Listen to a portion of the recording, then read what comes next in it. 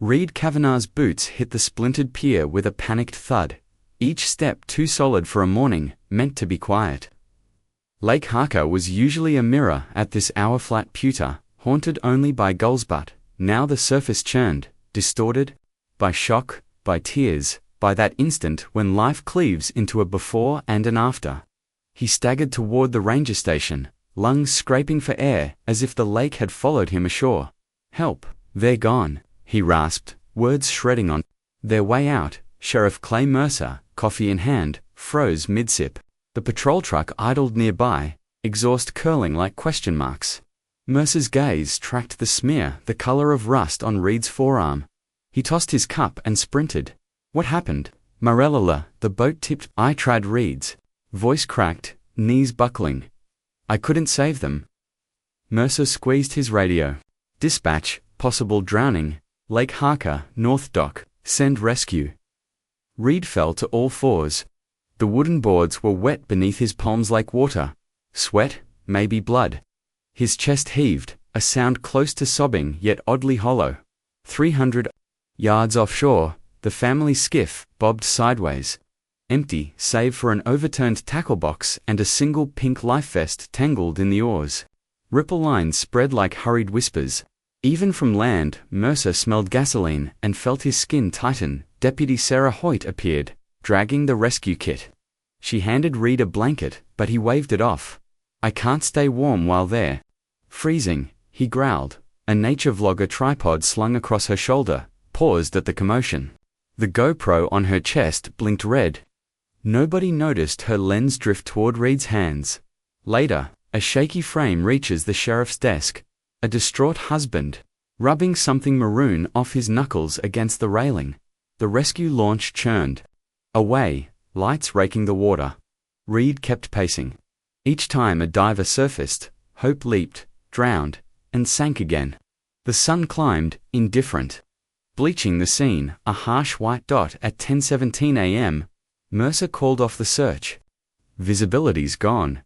We'll resume at 0600. Reed's face collapsed. "You're leaving them down there?"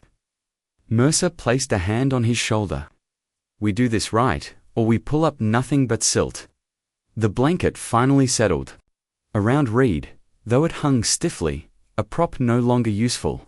He stared over the water, lips moving. Prayer or curse. Mercer had patrolled this lake for 2 decades, yet never shook the eeriness it could summon.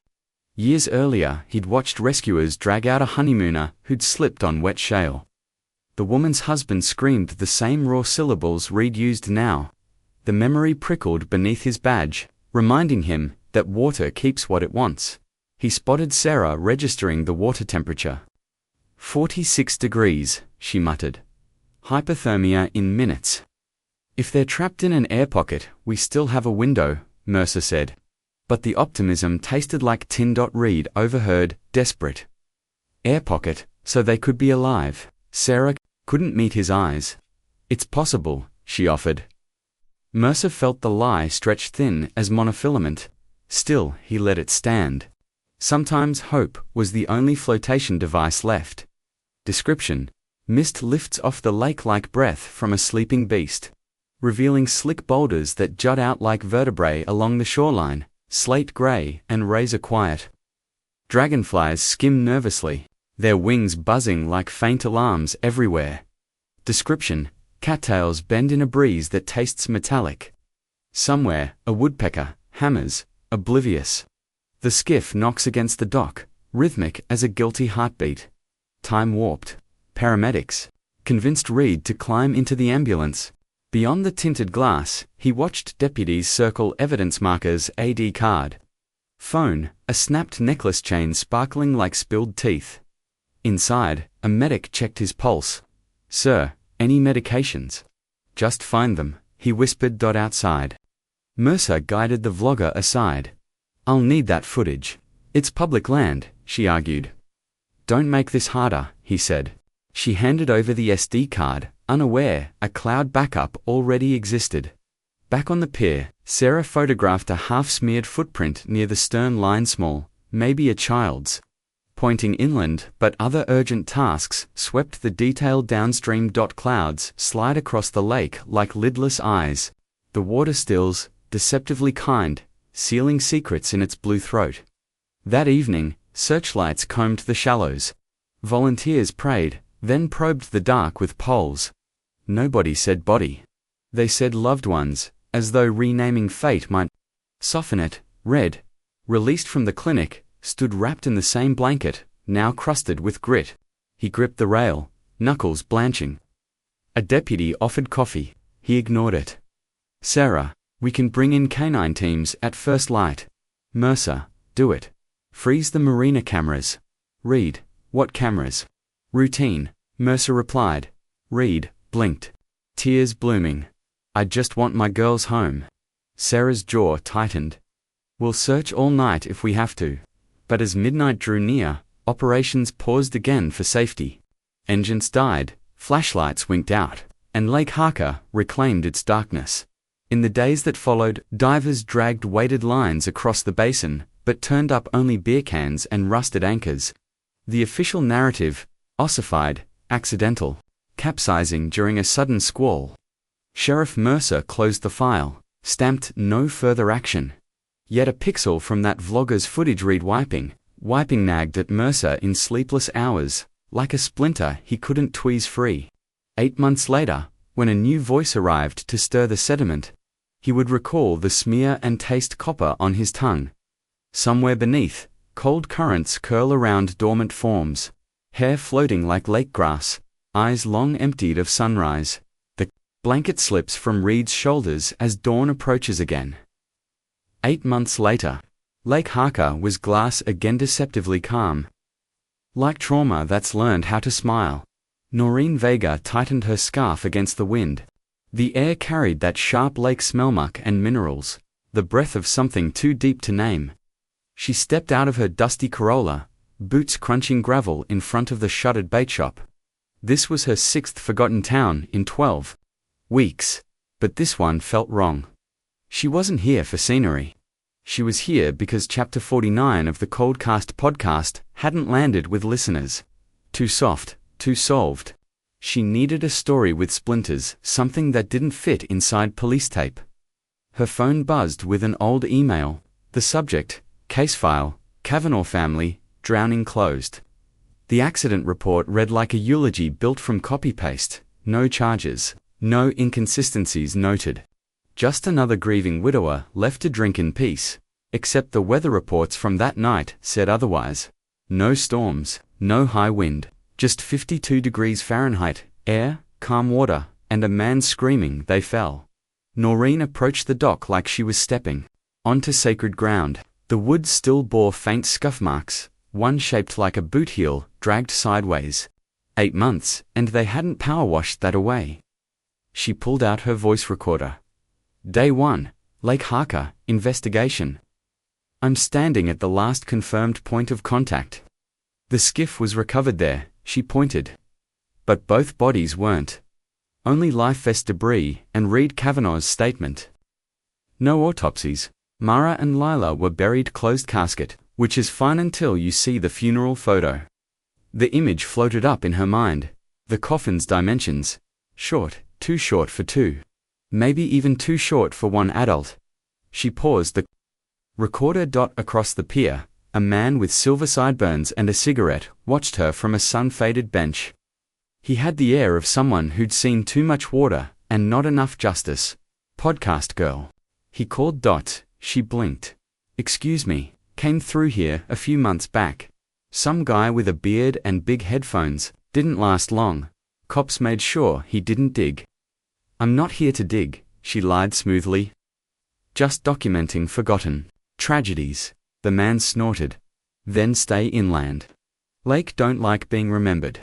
She met Sheriff Mercer the next morning. He looked older than his file photos duped, as if the badge weighed more now. So you're poking around the Kavanaugh case, he said, not asking. I'm reviewing it. For narrative gaps, which means stirring up ghosts. Only if they knock back. She smiled. Mercer didn't smile back. You won't find much, he said. We searched hard. Communities moved on. You should too, but you reopened the search for 3 hours after the vlogger footage came out.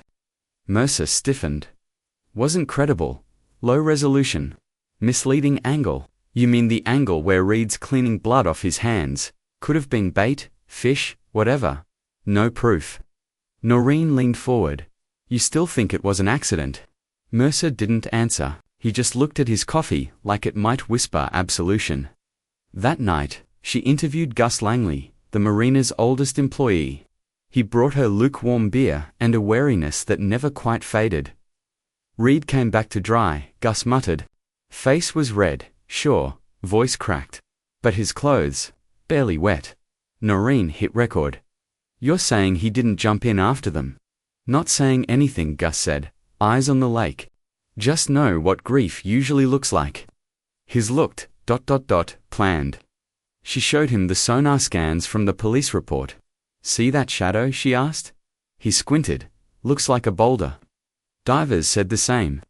But a sonar specialist? Ina thinks it's a hatchback. Gus stared at her. You think the kid never made it to the water? I think this town's version of the story ends to clean. He lit another cigarette, hands shaking. Bodies sink. Yeah, he whispered. But secrets, they float. Sooner or later. Back at the motel, Noreen laid out her findings, like tarot cards. Weather logs. No high winds. No capsize alerts. No witness saw red in the water. GoPro footage, possibly scrubbed, but she'd recovered the backup. Life insurance. Double policy filed for Mara and Lilla, beneficiary listed as estate. Not red, but he accessed funds to... Months after, still, it wasn't enough. Speculation was fog. She needed bone. A name blinked at her from the bottom of the original case file. Cal Benton. Ex-dive team, dishonorably discharged. Medical reasons. She typed his name into her notes. Next step, find Cal, ask why he quit, and why he called the lake, to loud, as she closed her laptop. Something scratched at the motel window. She opened the curtain. Nothing, but in the dim light of the parking lot stood a figure tall, still almost statue, stiff. Watching, she stared. Back a second, passed, then he turned, and walked off into the dark. The next morning broke with a metallic sky gray, as gunmetal and just as cold. Noreen sat cross-legged on her motel bed, coffee going cold beside her. The motel curtains fluttered from a draft she couldn't find. On her screen, an old digital obituary. Mara Kavanagh and daughter Lila, tragically lost in a boating accident. On Lake Harker, the picture was odd. It was from the funeral, but only one casket was visible. Short, narrow, piled with white lilies, like guilt trying to pass as grief. Noreen zoomed in. That wasn't a dual burial. That was one coffin. She tapped her voice recorder. Day 2. Visual confirmation suggests only one body was publicly buried, presumed to be Mara. Lila's remains were never found. Official story is, they both drowned. Unofficial story. Someone's lying, and they paid for the privilege. She emailed the image to a contact at a funeral supply company. 10 minutes later, the reply came back. Child-sized casket. 4 feet. Model. Definitely not for an adult. Noreen's stomach flipped. No dual burial. No remains recovered for Lila. Just a closed lid and a town too quick to forget. Reed Kavanagh's bar sat just beyond the edge of downtown, half renovated, half rotting, like its owner hadn't decided what future he wanted yet. A red neon fish blinked open, but one eye never lit. Fitting, Noreen pushed open the door and stepped into dim amber light and the scent of beer and varnish. At the counter, Red wiped glasses like a man on autopilot. She sat 2 stools away. No eye contact. You local? He asked, not looking up, just passing through. Thought I'd see where the tragedy happened. Reed's hand paused. His eyes flicked to hers. That a threat or a prayer? Neither. She smiled slightly. Just curious what drowning buys these days. He leaned forward. Lady, unless you're here to order or confess, walk back out. She dropped her card on the bar. Noreen Vega, Coldcast Podcast. Ever heard of us? He didn't touch the card. I don't do podcasts. That's okay. You're the subject, not the subscriber, he stared. That's supposed to scare me. No. Just letting you know which way the mic's pointing. A flicker of something contempt, or maybe fear danced behind his eyes. He reached under the counter and came back with a bottle. Not for her, for himself. Noreen stood. One last question, she said. Why only one casket at the funeral? Reed blinked, just once. Then he smirked. Because the lake doesn't give back what it doesn't want to. She didn't notice the woman following her until she reached the sidewalk. Light footsteps, cautious. Noreen spun. The woman was in her late 30s, tired around the eyes, wearing scrubs. The Kavanaugh nose gave her away. Saw you in there, the woman said. You asking about the funeral? I'm asking about the story no one's telling. I'm Tamara, Reed's sister. I was at the service, helped plan it.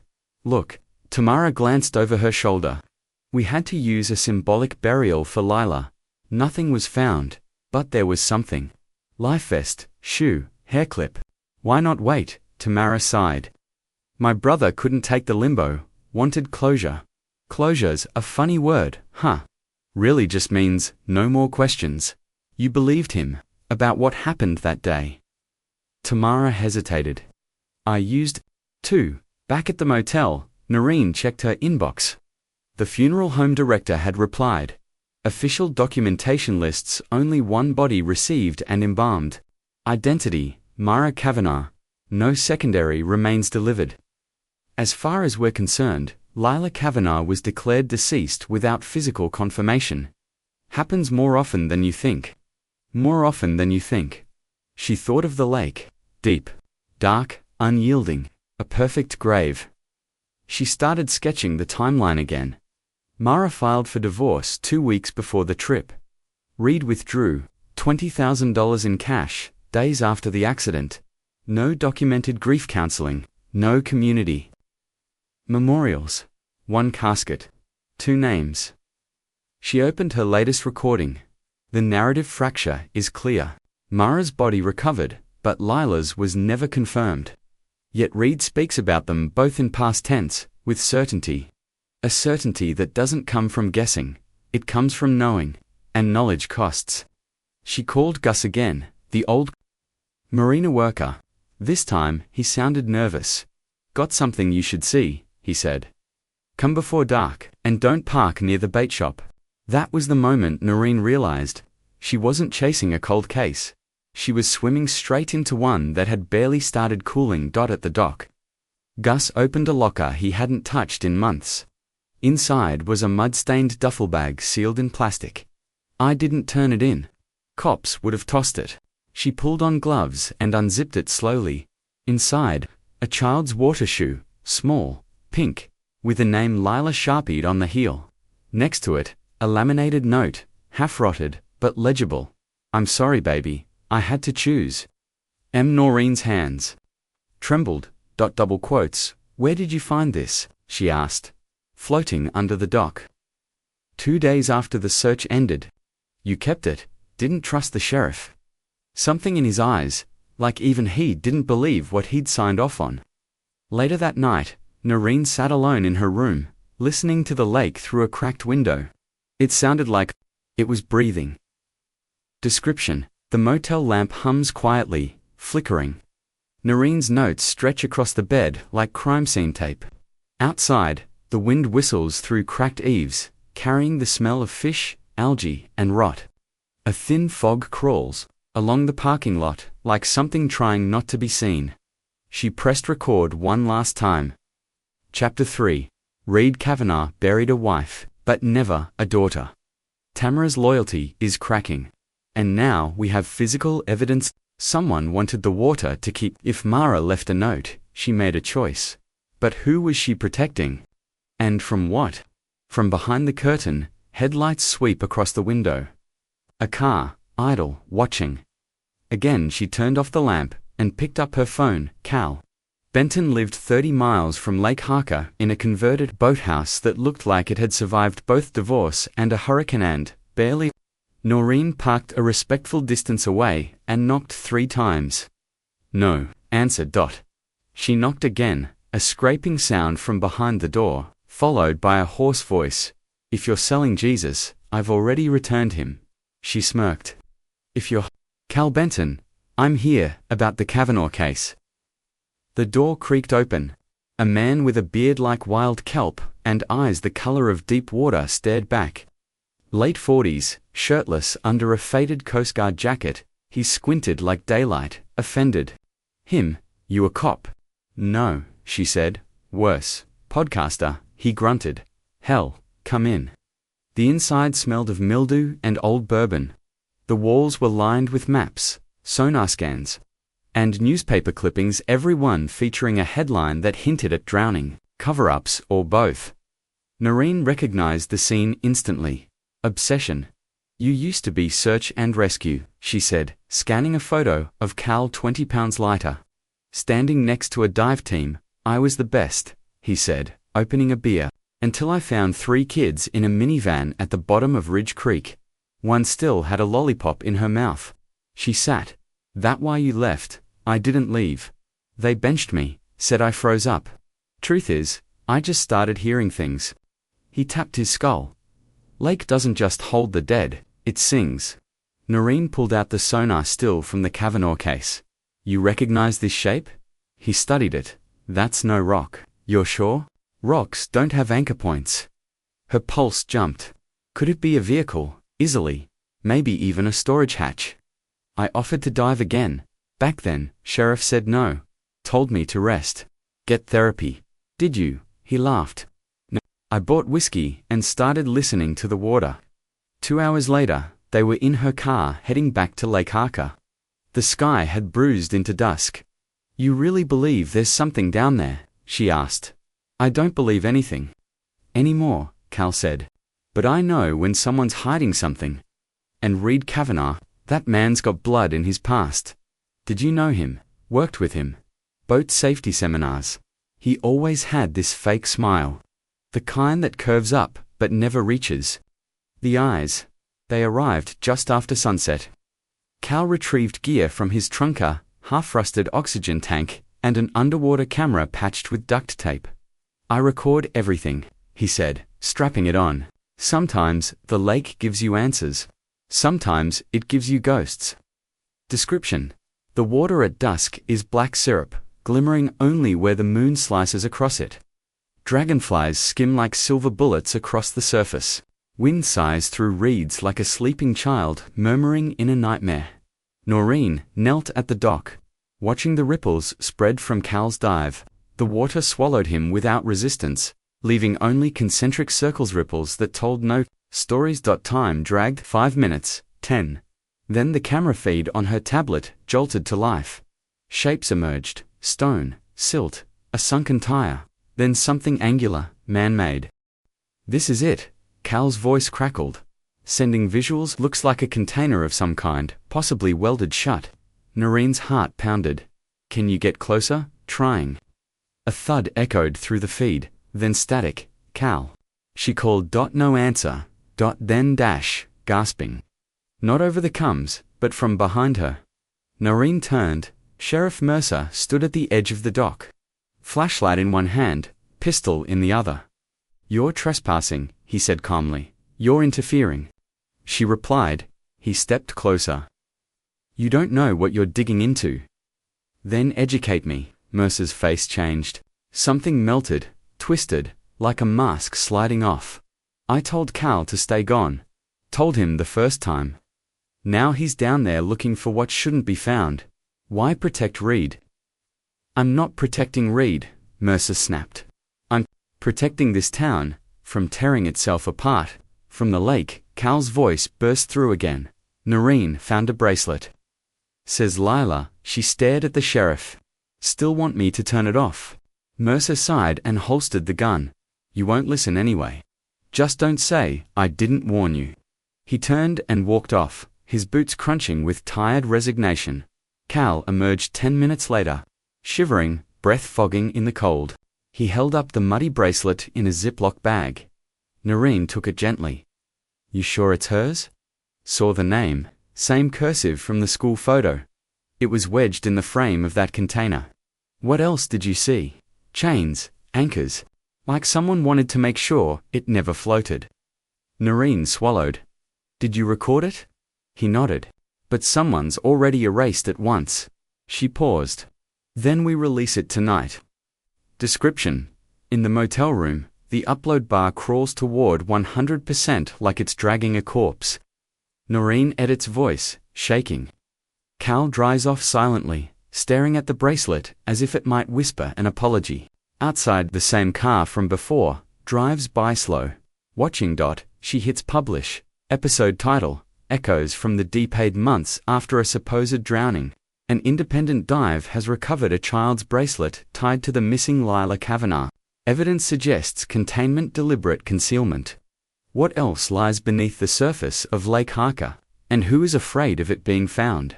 Within hours, her inbox floods, and in one corner of town, Tamara Kavanagh listens and starts to cry because she knows what's still missing. Tamara Kavanagh hadn't cried in 8 months. Not when they lowered her sister-in-law's casket. Not when they listed Lila as presumed deceased. Not when Reed handed her a manila envelope full of financial documents and asked her to handle it. But hearing Lila's name in that podcast episode, in present tense, shattered the dam. She paused the audio, tears clinging to her cheeks like dew. She had known something was wrong. She just hadn't wanted to know how wrong. The next morning, Noreen answered her motel door to find Tamara standing there, eyes rimmed red, clutching a crumpled folder. I need to show you something, she said. Noreen stepped aside. They sat at the table under buzzing fluorescent light. Tamara opened the folder and began laying out papers like evidence at a trial. Reed's life insurance policy. 2 of them, she said, voice flat. 1 for Mara, 1 for Lila. Total, $450,000. Noreen blinked. Thought Mara didn't name him as beneficiary. She didn't. That's the twist. Mara filed to change the beneficiary to her sister 3 days before the trip. But the request was ... delayed. Delayed. Tamara nodded. The paperwork vanished from the processing office. I used to work for a mortgage firm. I know what forged signatures look like. Reed signed for her. Noreen leaned back, pulse quickening. So he altered the forms to make sure the payout went to him. Not just that, Tamara slid another document over. Hay also cashed in Lila's college fund, claimed he needed it for funeral costs. But he never paid the funeral home in full. They sent me the balance. And this was after Mara said she wanted to leave. Tamara hesitated. She told me she was done. Said she'd found a lawyer. That she was going to take Lila and move out. Do you think he found out? Tamara looked down. I think, ... he always knew. You can't hide that kind of fear in a house. It seeps into the walls. Later that day, Noreen and Cal sat in the diner by the marina. The folder spread between them like a map of bad intentions. He had motive, Cal said, between sips of black coffee. Greed, control, fear of losing face, and now proof of forgery, Noreen added. But not enough for charges yet. What's it gonna take? Noreen glanced out the window. A body, or a confession. That night, Tamara took her son to her mother's house, packed light, locked every window behind her. She didn't feel brave, she felt hunted and guilty, because there was one more thing she hadn't told Noreen. Flashback, 8 months earlier. The night before the fishing trip, Tamara stopped by to drop off a borrowed mixer. Mara met her at the door, voice low. Things are worse, she whispered. He's talking about taking us out on the boat. Just us, says he has something planned. Tamara's skin had prickled. You're not going, right? Mara just smiled. We've got this, okay. Me and Lilowe've got a plan. The next day, they left before dawn. By noon, Mara was dead, and Lila was ... gone. The next morning, Tamara sent Noreen a voice note. There's something I never reported. I found a blood-stained towel in Reed's truck the day after. He said it was from cleaning fish, but it smelled like metal. I threw it away. I was scared. Noreen sat frozen, the message playing on loop. She forwarded it to Mercer. No reply. She tried again. Mercer was already in his office. Fingers steepled under his chin. When he listened to the audio, he stared out the window at Lake Harker, still under grey light. Then he opened his desk drawer. Inside, an evidence bag. One he hadn't logged. The pink water shoe, the name still barely visible. Lila, he had kept it. Telling himself the town needed quiet more than it needed truth.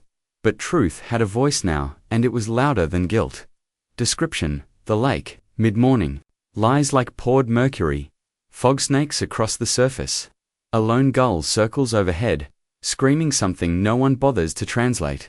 In town, whispers return to lips, and everyone starts remembering what they tried to forget. Later that day, Cal returned to the dock alone.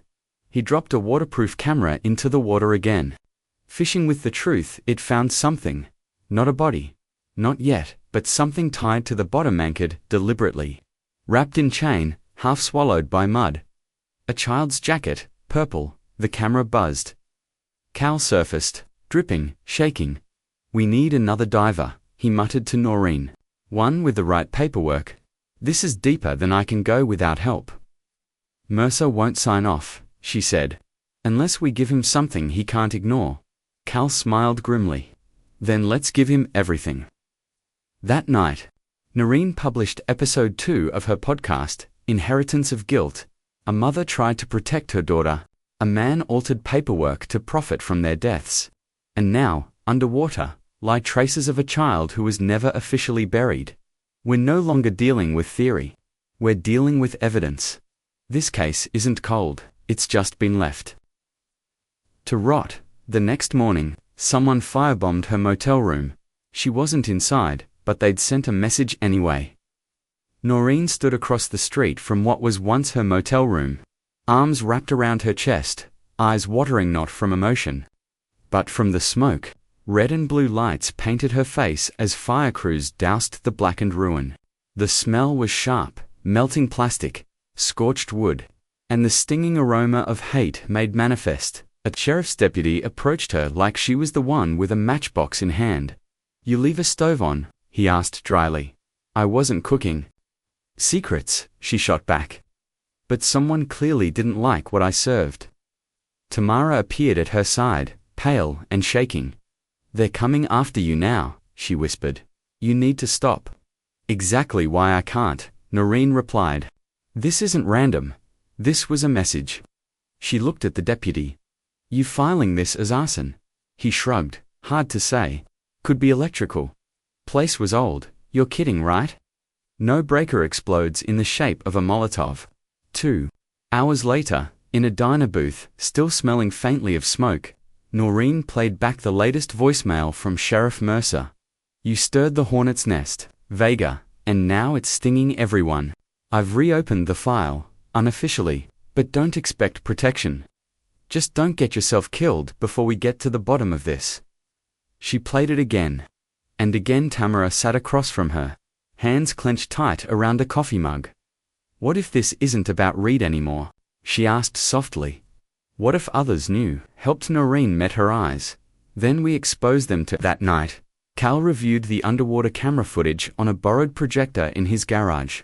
Noreen and Tamara watched as the images flickered against the wall, gritty, blue-filtered, but clear enough to haunt. There it was, the child's jacket, tangled in lakebed grass, then something else. Chains, not just wrapped around the jacket, threaded through it, as if someone had intentionally bound it to the floor of the lake. Noreen froze the frame.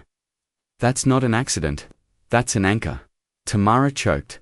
She wasn't supposed to leave, not even in death. Description: outside thunder growls. Somewhere behind the hills, the air smells like metal and rot. Cal's garage creaks with wind, tools rattling like bones in a tin drawer. Lake Harker waits under clouded moonlight, unmoving, like a wound scabbed over too soon. The next morning, Noreen returned to the sheriff's office. Mercer sat behind his desk, eyes bloodshot. Bottle of antacids, half empty. "You're in over your head," he said, without looking up. "So throw me a life vest." He pushed a file across the desk. "Someone sent this anonymously last night. It's a scan of the original insurance beneficiary form. Mera's signature on it. Noreen scanned it. So she did remove Reed. Yup, but someone shredded that version in the records room. This copy, it was scanned from a private laptop. Whose? Mercer paused. We traced the IP. He looked up at her. It was Reed's. By noon, Noreen posted an update to her podcast feed, a short bonus episode with one message. Reed Kavanaugh forged documents, manipulated grief, and now appears linked to property destruction and obstruction of justice. If this was about closure, he could have cooperated, but he's running, and we're catching up. She included stills from the underwater footage. One frame, in particular, exploded online. Chains snaked through the jacket sleeve like veins of rusted guilt. Within hours, Reed's bar was shuttered. Graffiti splashed across the front. Where's Lila? That night, someone broke into Cal's garage, not to steal, to destroy. Wires were slashed. Laptops smashed. Dive gear gone. Only one thing was left untouched. The wall, where Cal had written in thick red Sharpie, "The lake remembers." Noreen arrived minutes later. Cal was pacing, teeth grinding. They want to erase everything, he snarled. Problem is, I've got backups. He opened a hidden panel under the floor, old-school hard drives, one labeled Harker, uncut. Noreen took it like a priest takes a last confession.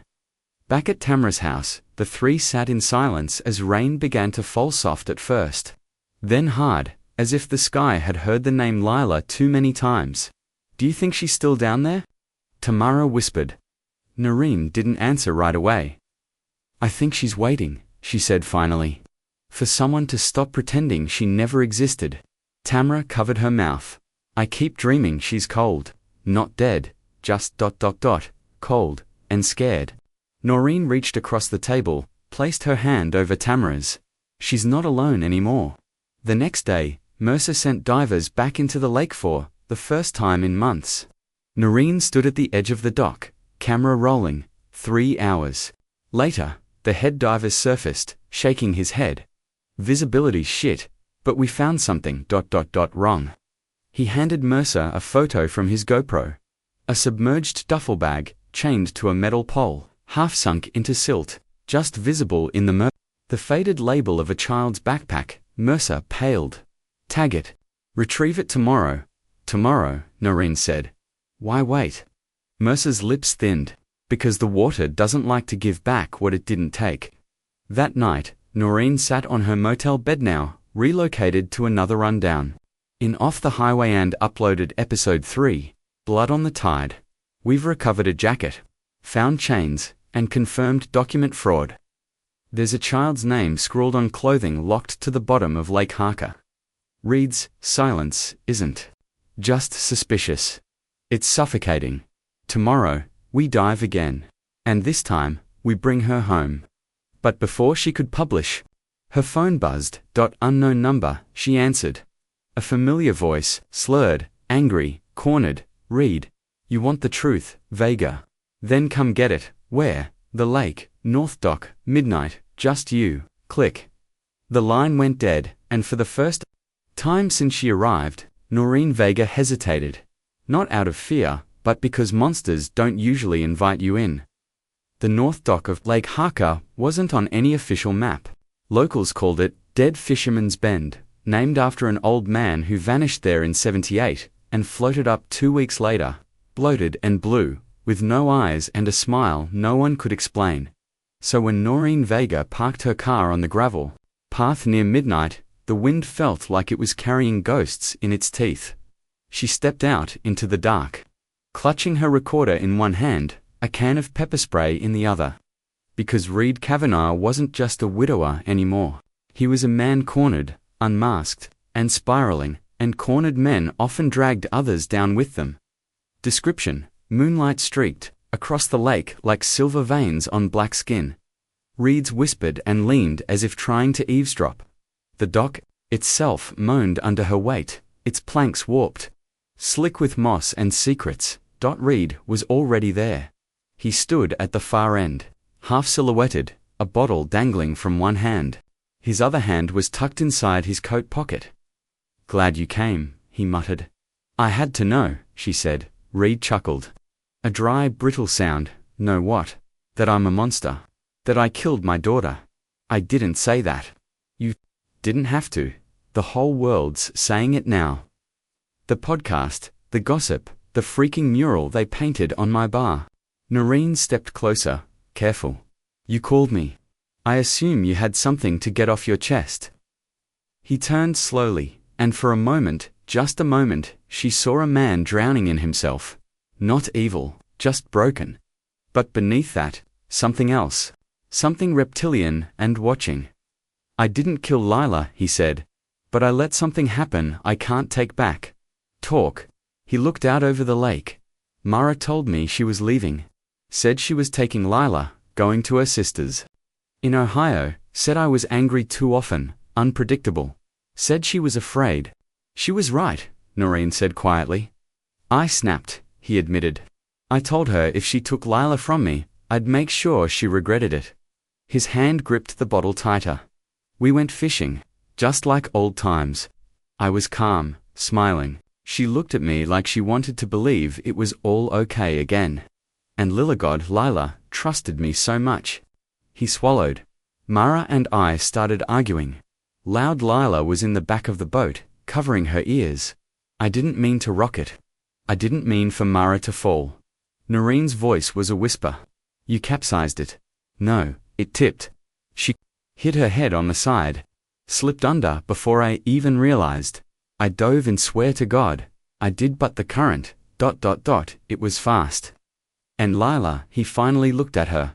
I got back on the boat. She was crying, shaking, said, Daddy, where's Mummy? He wiped his face, hand shaking. I should have taken her to shore, should have called for help. But instead, he trailed off. Noreen took a step forward. You didn't. I just sat there, staring at the spot where Mara went under. Holding Lila, she cried herself to sleep in my arms. What happened? After, when I got to shore, I told the cops, we all fell, that I tried to save them. But there's more. I didn't want anyone to know Mara was leaving me, that she didn't love me anymore. It made me feel so I cleaned myself. Up, hid the blood, hid her shoe and Lila. Reed looked down. I buried her, he said softly. Noreen's stomach dropped. Where he gestured across the lake, to a small island, barely visible in the dark. There, the rocks at the edge. Wrapped her in a jacket. Chained it so she wouldn't drift. I just couldn't let go. Noreen trembled. You buried your daughter to preserve your pride. No, he said quickly. I buried her because I couldn't stand the thought of people digging into my life. Into my failures, into me. He pulled his hand from his coat. It held not a weapon, but a worn photograph, Lila's school picture. Smiling, crooked tooth, bright eyes.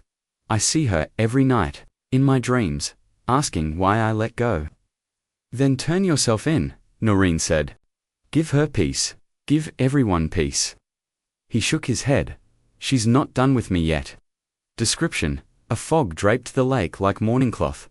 Somewhere distant, an owl cried. The water lapped softly against the dock, like it was remembering. The weight of a small body. The next morning, Noreen sat in Mercer's office again. Her hands trembled as she handed over the recording. He confessed, she said. Mercer listened to the full audio in silence. When it ended, he sat very still. We'll need divers, he said finally. For the island I want to go with them. You're not law enforcement. I'm the reason she'll finally be found. Mercer stared at her for a long moment, then nodded. Fine, but you stay out of the water. Later that day, the team approached the island. Cal led the divers.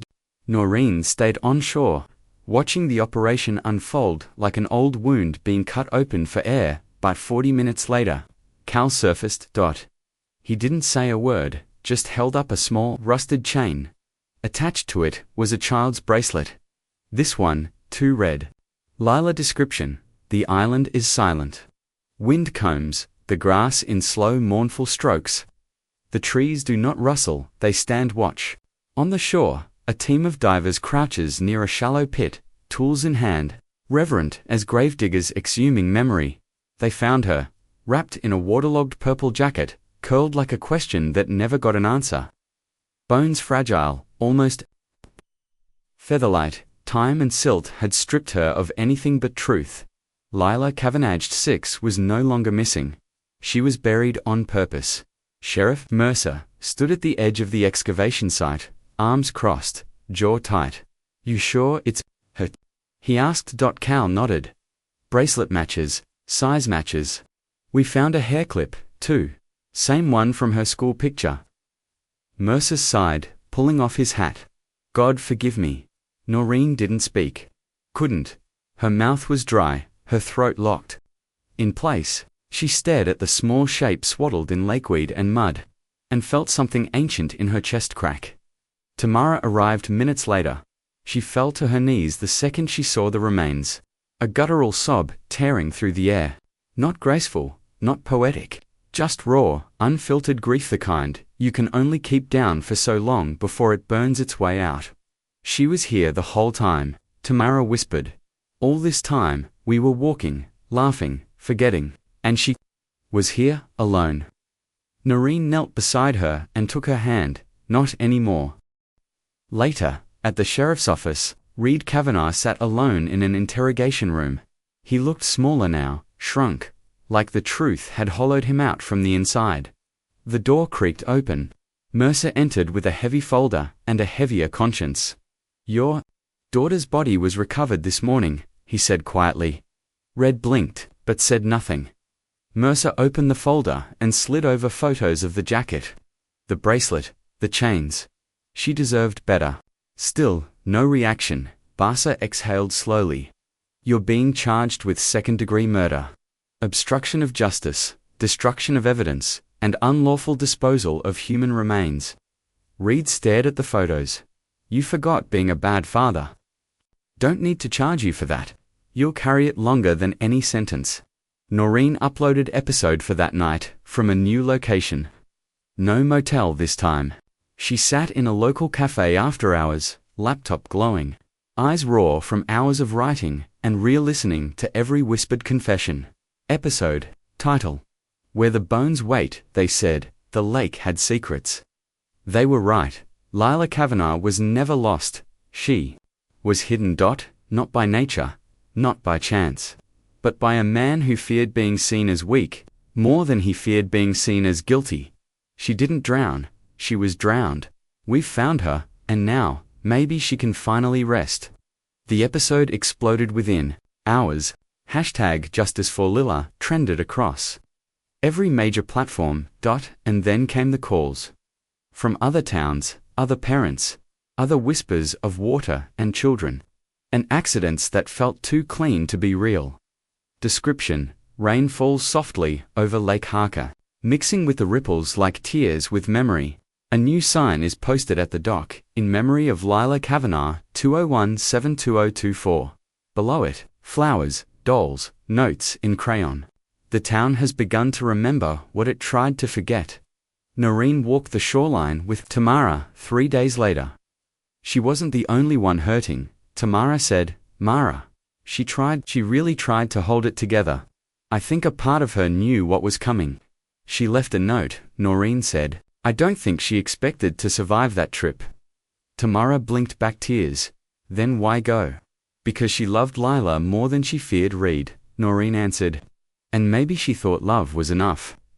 They stood in silence. The lake, for once, was still. Sheriff Mercer retired that week. "I've done enough forgetting," he told Noreen. "Time to remember." He left his files with her notes from past cases he'd closed too quickly, or never opened at all. "Something with it," he said. "Before they become bones too." Cal meanwhile had a new voicemail on his phone. It was from a mother in Wisconsin. "My son drowned," she said, "but something about it's never felt right. You don't know me, but I heard your name from the podcast." He saved the message, then looked out at the lake. "You ready to keep digging?" he asked Noreen later. She nodded. "I think we've just begun." The lake was quiet now, not peaceful, not forgiving, just quiet in the way trauma is present.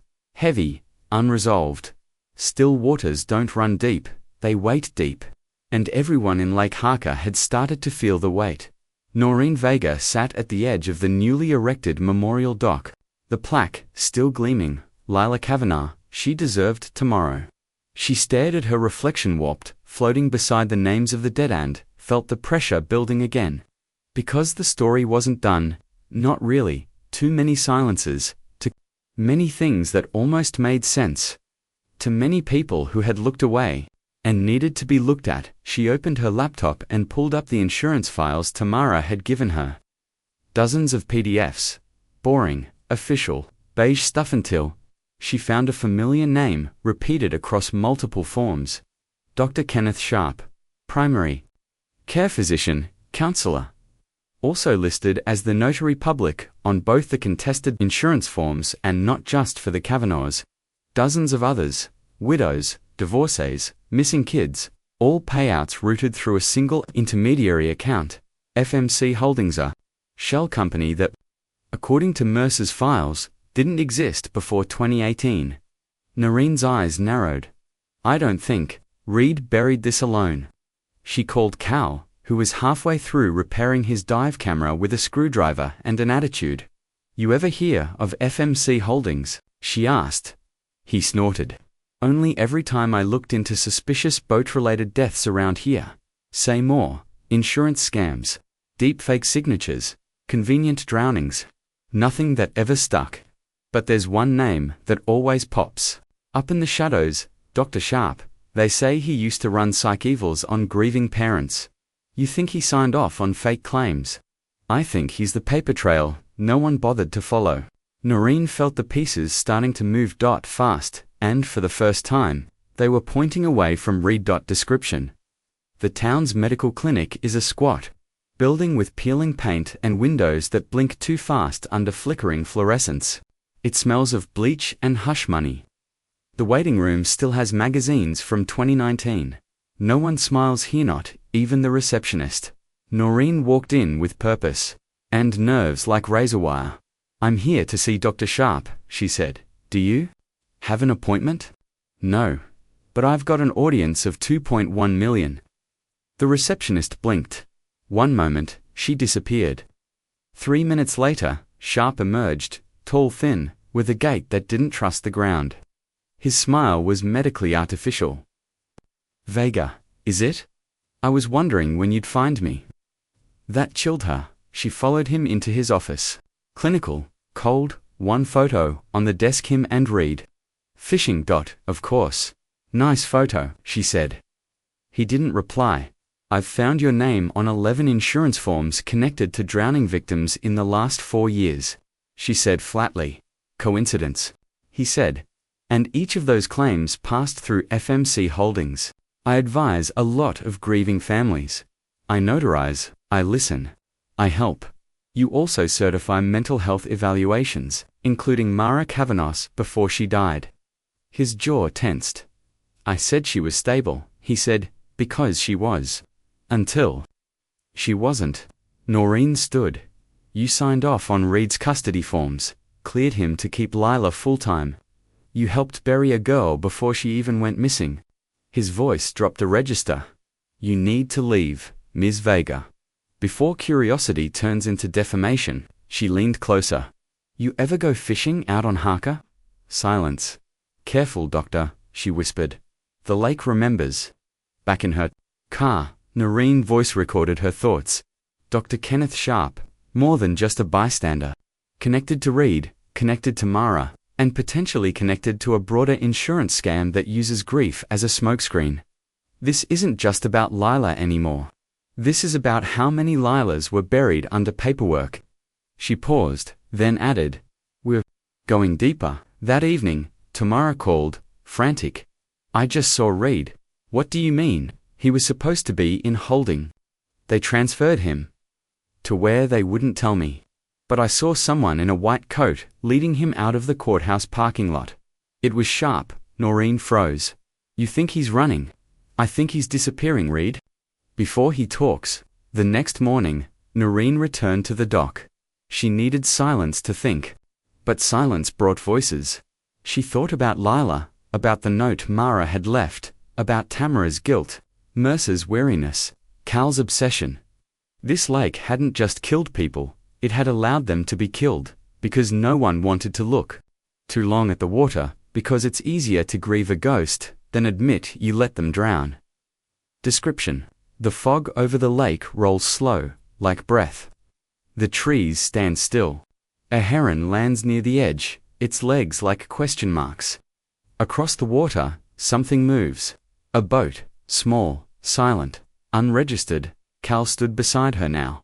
Sharp's pulling strings, he said. But I think we just found the last one. What? Do you mean? He handed her a printout, satellite images of an off-grid cabin on the far side of Lake Harker. Reed used to go there, before the marriage got bad. It's not listed in his name, but utility bills still hit that location. You think they're hiding him there? I think it's time we made a house call. That night, as they loaded gear into Cal's truck, Noreen hit publish on episode 5, The Weight Beneath Still Water. We found Lila, but her story didn't end at the shoreline. This is about more than a single crime. This is about the cracks in the systems we trust, systems that were built to protect, but learned how to profit. Dr. Kenneth Sharp knows something. Reed Kavanagh may be the match, but someone else struck it. And we're going to find out who's still feeding the fire. As they drove off into the darkness toward the cabin, Noreen thought of something Mara had written once, half torn from her journal. It's not the water that scares me, it's how long people will let you drown before they notice the bubbles. Stop. The road to the cabin wasn't a road, it was a memory, overgrown, crooked, whispering with the sound of old sins. Every branch that scratched the truck's windows felt like a warning. Every turn looked like the last. Noreen sat in the passenger seat, recorder on, heart thudding against her ribs like a trapped bird. Cal drove in silence, eyes locked ahead. Feels like we're heading into a ghost story, she muttered. We are, Cal said. Only difference is, we know the ghost's name. They parked half a mile out to avoid detection. The trees thickened, the air turned swamp-heavy, bugs whined in the dark. Then, through the trees' light, the cabin squatted by the water like it was ashamed of its own presence. Tin roof, unpainted wood, a single bulb glowing above the front door, and parked outside, a silver sedan. Noreen zoomed in with her phone. License plate, registered to Kenneth Sharp. Bingo. They crept closer, crouching behind a rusted fishing boat. Inside, through the warped window glass, they saw Reed Kavanagh alive, unshackled, pacing like an animal in a too-small cage, and Dr. Sharp, sitting calmly, watching him. Inside the cabin, you have no idea what you've unleashed, Sharp said, voice low. Reed's fists clenched. You said we were done. You said it was clean. It was until you opened your mouth to that journalist. You were supposed to take the deal, plead insanity, disappear quietly. I couldn't. Reed's voice cracked. I see her, Ken. Every night I hear her crying. I hear Mara screaming. I can't breathe anymore. Sharp stood slowly. Want to breathe? Then you stay quiet. Or you won't be the only one who goes under. He reached into his briefcase. A syringe. Reed backed away, panic flaring. Don't, he whispered. Not again. Outside, Noreen looked at Cal. Now, she said. They kicked in the door. Sharp jumped. Noreen raised her phone. Smile, Doctor. You'll live. He froze, syringe mid-air, eyes caught like a rat in a trap. Reed collapsed against the wall, gasping. He was gonna drug me, make it look like I ran. Too late for that, Cal growled. We've got recordings, names, paper trails. You're done. Sharp's face changed, rage twisted into calculation. You think I did this alone? You think I started this? I was cleaning up a mess someone else made. Noreen stepped forward. Then tell us. Sharp smirked. You think the lake only holds one body that stopped everyone cold. Description. Silence floods the room. The light above the cabin flickers once. Outside, the wind shifts. The trees lean closer. The lake ripples, as if something beneath it has just turned its head. Noreen recorded every word of Sharp's confession. A system of falsified death records, a network of shell companies. Deaths made to look like drownings, all rubber-stamped by corrupt officials, all hiding something deeper. It started with Mara, but she wasn't the first. Lake Harker is a graveyard, Sharp said. And I was just the one writing the eulogies. Reed slumped in a corner, tears carving lines down his face. I thought I was the monster, he whispered. Noreen looked at him. You were, you just weren't the only one. They delivered the evidence to Mercer at 3:14 a.m. He didn't ask questions, just took the drive. The confession, and the photos, and said, I'll call the feds. Then, you'd to get some sleep. You look like corpses yourselves. Cal nodded. I'd sleep better if I hadn't just found out our whole county's run like a murder factory. Mercer's voice was gravel. Then let's burn it down. Later that morning, Noreen released episode 6, The Cabin That Shouldn't Exist. Reed Kavanagh was the match, but Kenneth Sharp was the hand that lit it. We found them in a cabin no one admits exists. We have audio, photos, and a confession. But this isn't just about justice, it's about rot. A system that profited off grief, that buried children to balance its books. This isn't just a crime story anymore, it's a wake-up call to the people of Lake Harker and every place like it. Look at your water. Ask who's missing, and ask who's keeping it quiet. Epilogue of the chapter. Dr. Kenneth Sharp was arrested that afternoon. Multiple federal indictments, more names emerged, more stories. Reopened, Reed Kavanagh pled guilty to manslaughter and received 20 years. He never asked for parole. He kept Lila's bracelet. The town began planning a memorial garden. Tamara Kavanagh now runs a grief support group for families of missing children, and Noreen Vega. She was offered a book deal. She declined. Instead, she drove out to another lake, this one in Wisconsin. A mother had called, said her son had drowned. But the story never quite made sense. Noreen parked at the edge of the water, opened her recorder, and hit record. The lake in Wisconsin looked different. Wider, greener, quieter, but Noreen Vega knew the lie when she saw it. Still water wasn't peace, it was storage. She stood near the reeds with her mic raised, phone buzzing in her pocket, boots buried in mud. Somewhere behind her, a mother named Elaine Rowe sobbed softly into her coat sleeve. Her son Adam had drowned here a year ago. At least, that's what the police report said. But, just like with Lila, there were cracks in the story. And this time, Noreen knew where to look. Back in Lake Harker, things weren't exactly clean. Sharp's arrest had opened floodgates. Not metaphorical ones, real ones.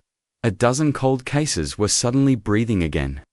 Old files, once labeled accident in neat red stamps, now sat under forensic review.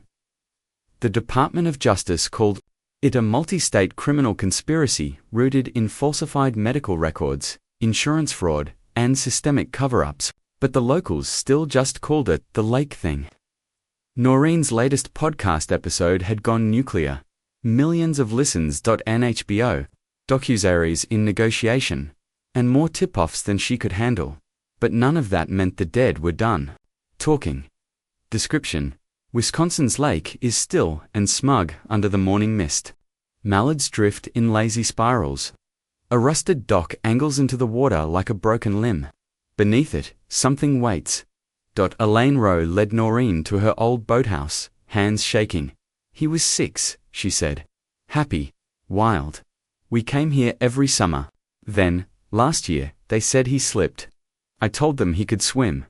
He loved the water. They told me accidents happen. Did anyone ever investigate? Noreen asked. Elaine bit her lip. The sheriff said the autopsy was clean. But when I asked for a copy, it was sealed. Noreen frowned. That's illegal. Elaine looked away. The county coroner was new. Guess who hired him? Noreen. Didn't need to guess. Dr. Kenneth Sharp. Of course. Back at her motel, Noreen opened her inbox. One message stood out. Subject: This goes deeper. From TAMAR, aka rose@privatemail.com. Attachment: Lake Harker _1978.pdf. She opened the file. It was a police report from 1978. Victim: Daniel Ridgway. Age 9. Cause of death: drowning. Case closed. Witness: Kenneth Sharp, 18 years old. Noreen stared. He was there. She whispered, long before he was a doctor. Long before the shell companies he started at Lake Harker. This wasn't just about profit. This was about pattern. She picked up her recorder. If you've followed this journey, you know by now that water holds more than fish. It holds what we throw away. It holds what we can't face. But the lake is never empty. It remembers. Kenneth Sharp didn't just cover up deaths. He's been circling them his entire life. From Lake Harker to here in Wisconsin, from forged documents to silenced mothers. This is a hydra. Cut off one head, to grow back. And it started way earlier than we thought. That night, Cal called from back home. You need to hear this, he said. He forwarded a voicemail from someone who once worked at FMC Holdings. The message was garbled. But clear enough. There's another lake, smaller, north of Harker. Number tourists, that's where they tested things. Check the records under Camp Clear Lake if it's still there. Click. Noreen was already opening a new map. There it was.